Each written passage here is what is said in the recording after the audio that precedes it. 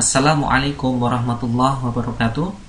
Terima kasih kepada teman-teman semuanya yang sudah meluangkan waktunya untuk melihat video ini. Insya Allah akan sedikit menambah wawasan kita dalam dunia internet marketing, khususnya tentang Facebook marketing. Perkenalkan, saya Muhammad Mufti. Pada kesempatan kali ini saya akan menyampaikan sebuah materi dasar Facebook marketing, yaitu bagaimana membangun sebuah bisnis online dengan income ratusan juta rupiah per bulannya. Sebelum kita bahas terlalu jauh tentang Facebook marketing, ada satu hal yang sangat penting untuk kita bahas di awal pembahasan materi ini, yaitu mencari peluang bisnis online. Bicara bisnis online, tentu yang kita cari adalah sebuah profit atau pendapatan atau penghasilan. Nah, tentunya kita harus tahu dari mana saja sumber pendapatan kita, dan ini biasa kita kenal dengan source of income. Nah, kita bisa memulai dengan menjual produk orang lain. Bisa berupa barang ataupun jasa, bisa berupa produk fisik ataupun digital. Dan ini biasa kita kenal dengan affiliate marketing. Contoh sederhana ketika kita punya rekan atau teman yang memiliki sebuah produk, misalkan baju muslimah atau tas rajut, atau barangkali yang berupa jasa. Ya, kita memiliki teman yang mempunyai mesin cetak. Nah, kita bisa memposisikan diri untuk menjadi maklar, ya, maklar percetakan.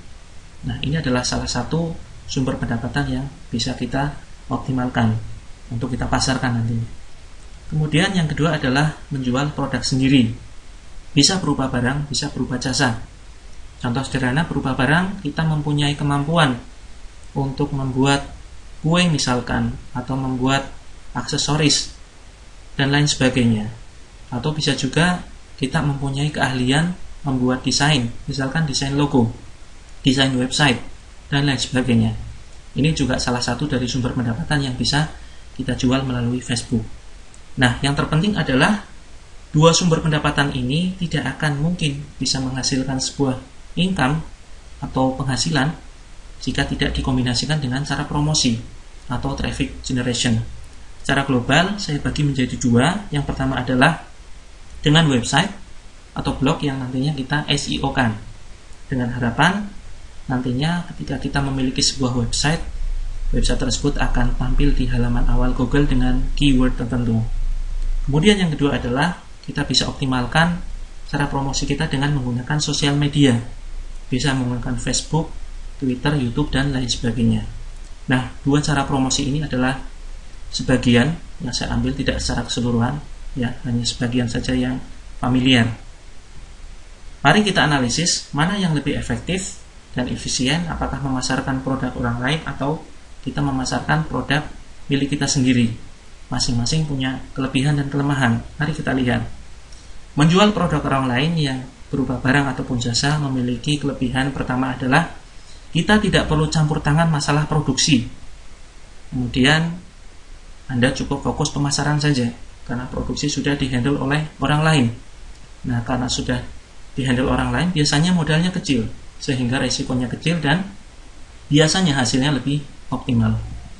Kemudian biasanya tidak perlu stok produk, dan tentunya ini tergantung negosiasi atau persyaratan dari pihak produsen. Kemudian yang selanjutnya, kelemahannya adalah produk yang bagus sulit dicari dan stoknya biasanya terbatas. Ini yang biasa kita temukan, barangkali kita sudah melihat sebuah potensi produk yang bagus, kemudian kita optimalkan dengan Facebook marketing. Ternyata ketika suatu saat kita kebanjiran order, dan kita order ternyata stoknya tidak ada. Nah, ini perlu kita antisipasi di awal agar nantinya kerja keras kita dalam membangun sebuah bisnis online tidak sia-sia. Kemudian yang selanjutnya adalah menjual produk sendiri. Menjual produk sendiri mempunyai kelebihan. Yang pertama adalah bisa berjualan sesuai dengan hobi, minat kita, atau skill yang kita miliki. Contoh, profesi saya dulu adalah seorang desainer grafis. Saya menjual jasa saya menjual jasa membuat logo, membuat desain website, brosur, dan lain sebagainya. Nah, ini tentunya bisa kita sesuaikan dengan keahlian yang kita miliki.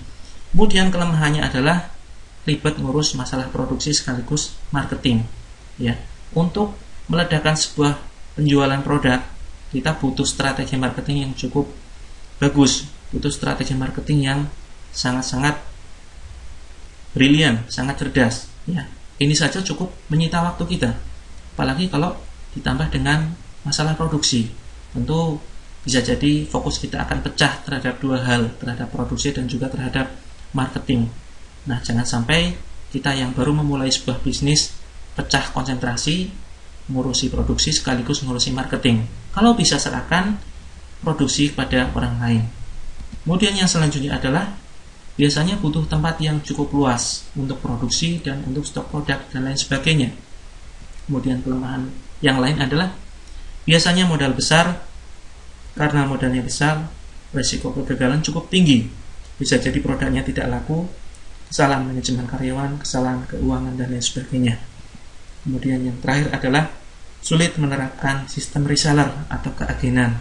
Nah, ini insya Allah akan kita bahas di lain kesempatan.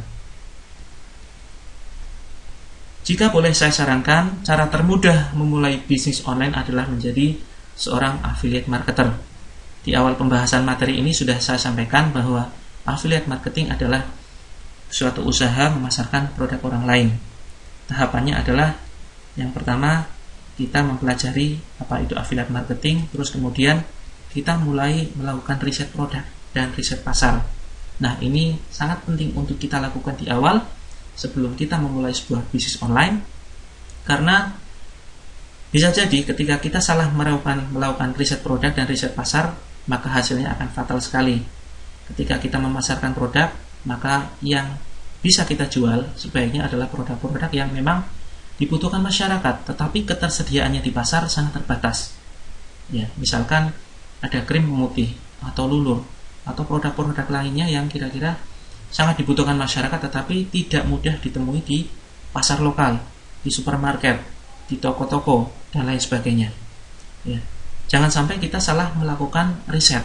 Ya. Ketika kita salah melakukan riset produk ataupun salah melakukan riset pasar, maka yang terjadi bisa jadi kita akan gagal.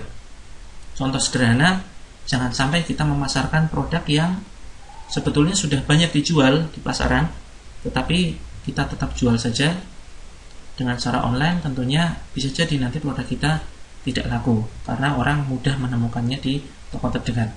Kemudian setelah itu kita bisa melakukan optimasi melalui pemasaran Facebook. Nah, saran saya fokuslah terhadap satu jenis produk dan satu cara promosi. Misalkan Anda sudah mantap untuk memasarkan satu produk herbal khusus wanita, maka fokuslah terhadap produk tersebut, pasarkan melalui Facebook. Jangan kemudian Anda belum merasakan kestabilan dalam bisnis Anda, ternyata Anda sudah tergoda untuk memasarkannya via website. Nah, ini tentunya akan merusak fokus Anda. Bukannya tidak boleh memasarkan via website, tetapi akan lebih bagus Anda stabilkan dulu omset Anda melalui Facebook. Ketika sudah berhasil stabil, maka Anda boleh membangun via website. Kecuali website itu hanya sebuah sarana saja untuk meyakinkan customer. Ini Anda bisa bangun tanpa kemudian mengoptimalkan website tersebut. Kemudian yang terpenting adalah tahap riset produk. Ya, sebelum kita mempromosikan produk kita, ada tahap riset produk, dan ini sangat berisiko sekali. Salah melakukan riset, maka Anda bisa gagal. Nah, tahapan ini bisa Anda lewati, bisa Anda lompati. Ada satu pepatah yang menyebutkan bahwa pengalaman adalah guru yang terbaik. Tetapi ada yang lebih tepat, pengalaman orang lain adalah guru yang terbaik. Oleh karena itu, jika Anda ingin melewati tahapan ini, Anda juga bisa belajar dari pengalaman orang lain. Ya, Anda tinggal melihat produk yang sudah sukses dipasarkan orang dan banyak orang yang berminat memasarkannya.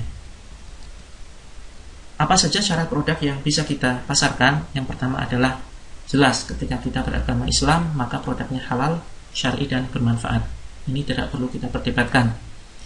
Bisa jadi produknya halal tetapi hukum menjualnya masih dalam perdebatan atau kurang syar'i. Nah, silakan Anda bisa mengkaji, tanyakan kepada ustadz, ya, bagaimana hukum menjual sesuatu yang dikategorikan barang syubhat. Misalkan contohnya secara hukumnya produknya halal, ya, misalkan kaos dan celana, tetapi bagaimana hukum menjual itu kepada perempuan misalkan, ya, barangkali berpotensi baju-baju tersebut dipakai mereka di luar rumah. Nah, tentunya ini akan sangat butuh suatu kajian tertentu. Kemudian yang selanjutnya adalah Kalau bisa, kita pasarkan produk-produk yang memang bermanfaat dan dibutuhkan orang. Apakah ada produk yang tidak bermanfaat dan tidak dibutuhkan? Tentu banyak, ya, yaitu produk yang mengajarkan gaya hidup hedonisme misalkan, gaya hidup glamor dan lain sebagainya. Akan sangat bermanfaat bagi kita dan orang lain apabila kita memasarkan produk-produk yang memberikan nilai tambah bagi mereka, misalkan produk kesehatan, produk perawatan tubuh dan lain sebagainya. Kemudian yang selanjutnya adalah, kalau bisa carilah sebuah bisnis yang murni penjualan produk 100%, bukan bisnis perekrutan, ya. Karena banyak sekali dalam tanda petik bisnis yang mereka mengaku bahwa mengklaim bahwa bisnis mereka adalah murni bisnis, padahal bisnisnya adalah perekrutan. Mereka gencar sekali menawarkan untuk bergabung menjadi anggota, menjadi member. Dari mana penghasilan mereka? Mereka dibayar dari banyaknya orang yang bergabung. Ya, itulah bisnis mereka. Setiap ada satu orang yang bergabung, maka mereka akan mendapatkan penghasilan. Maka hindarilah bisnis semacam ini. Carilah bisnis yang murni penjualan produk 100%. Kemudian cari juga ya modalnya kecil, kemudian risikonya kecil dan memberikan potensi keuntungan yang besar. Ini juga banyak bisa kita temui di pasaran. Selanjutnya, carilah bisnis yang produknya kira-kira bisa menjangkau seluruh dunia. Ini biasanya produknya kecil dan padat, bukan berupa cairan. Tidak kemudian kita memasarkan lemari yang ukurannya cukup besar atau kasur dan lain sebagainya. Selanjutnya, produknya unik dan nyata dibutuhkan banyak orang. Sifatnya habis pakai dan ada potensi repeat order. Ini juga perlu kita antisipasi di awal, ya. Kita perlu pertimbangkan produk yang akan kita pasarkan. Produknya memang benar-benar unik dan nyata. Artinya tidak banyak tersedia di pasar, tetapi dibutuhkan banyak orang. Sifatnya habis pakai dan ada potensi repeat order. Artinya ketika mereka membeli produk kita, kemudian karena butuh, ketika habis mereka akan beli lagi. Kemudian selanjutnya carilah bisnis yang ada pelatihan online maupun offline-nya, full support system. Ini penting untuk kita pertimbangkan di awal, karena ketika kita suatu saat mengalami kesulitan dalam menjual suatu produk, kita bisa tanyakan melalui pelatihan tersebut. Selanjutnya, syarat yang penting untuk kita pertimbangkan adalah target pasar spesifik dan luas. Saya sarankan Anda bisa membidik target pasar perempuan. Selain dari karakter mereka yang hobi belanja, mereka juga sangat mudah kita pengaruhi dari sisi emosional. Ada teknik closing yang sangat manjur sekali untuk kita praktekkan hanya untuk perempuan saja, tapi akan sangat kesulitan jika kita praktekkan kepada pasar laki-laki. Lagi pula, jumlah persentase penduduk perempuan jauh lebih banyak daripada penduduk laki-laki. Kemudian selanjutnya bisa dilakukan siapapun, kapanpun, dimanapun, baik sebagai bisnis utama atau bisnis sampingan. Ini untuk kepentingan kita sendiri dan untuk kepentingan reseller kita. Karena tidak semua orang mereka akan menjadikan bisnis online itu sebagai bisnis utama. Rata-rata adalah pelakunya ibu rumah tangga yang hanya menjadikan bisnis online mereka adalah bisnis sampingan. Artinya, carilah bisnis yang tidak harus dikerjakan full, ya, full standby dari pagi sampai sore. Carilah yang bisa dijadikan bisnis sampingan. Kemudian ada peluang pendapatan ratusan juta rupiah hingga tak terbatas dan bisa dihitung secara logis. Contoh sederhana, kita memilih sebuah produk yang keuntungan, ya, selisih dari harga agen dan harga konsumennya adalah misalkan 100.000. Kita mendapatkan keuntungan 100.000, maka ketika kita bisa menjual 1.000 produk dalam sebulan, maka yang kita akan dapatkan adalah 100 juta rupiah. Ini adalah perhitungan yang sangat logis dan sederhana. Kemudian yang terpenting ada aturan jelas dan adil dari produsen atau perlindungan bagi agen atau reseller. Ini juga insya Allah akan saya jelaskan di lain kesempatan. Kemudian bersistem autopilot sehingga bisa diwariskan. Ini sangat penting karena suatu saat jika kita memasang sebuah sistem, diharapkan bisnis tersebut akan tetap berjalan walaupun tanpa campur tangan kita sendiri. Kemudian yang terpenting adalah aman dijalankan dalam jangka panjang. Jangan sampai kita memilih sebuah produk atau sebuah bisnis yang hanya booming sesaat saja, yang hanya musiman. Lalu kemudian, kenapa saya sarankan dengan menggunakan Facebook? Karena pertama, penggunanya luas, mudah dijangkau. Dari pasar menengah hingga pasar kalangan atas, mereka sudah mengenal Facebook. Dari anak SD hingga profesor, mereka menggunakan Facebook. Saat ini penggunanya di Indonesia mencapai 60 juta lebih. Sedangkan di dunia hampir mencapai 2 miliar. Nah, ini tentunya potensi pasar yang sangat luar biasa. Kemudian mudah dilakukan siapapun. Artinya, seperti yang sudah saya bahas sebelumnya, bahwa penggunanya sangat luas dan bisa dilakukan siapapun. Bahkan kalangan orang-orang yang tidak mempunyai basis latar belakang pendidikan, mereka bisa dan terbiasa menggunakan Facebook. Biaya hemat bahkan gratis. Kita bisa mengoptimalkan Facebook dengan cara gratisan. Kemudian mudah membidik target pasar. Misalkan kita sudah mantap memasarkan suatu produk khusus perempuan misalkan, maka kita bisa membidik target pasar perempuan dengan spesifik, dari umur tertentu, lokasi tertentu, pekerjaan tertentu, pendidikan tertentu. Sangat-sangat mungkin dan mudah untuk kita bidik. Dan ini hanya bisa dilakukan dengan Facebook, tidak bisa dengan website. Kemudian selanjutnya, sistem bekerja untuk kita. Bagaimana kita bekerja cerdas.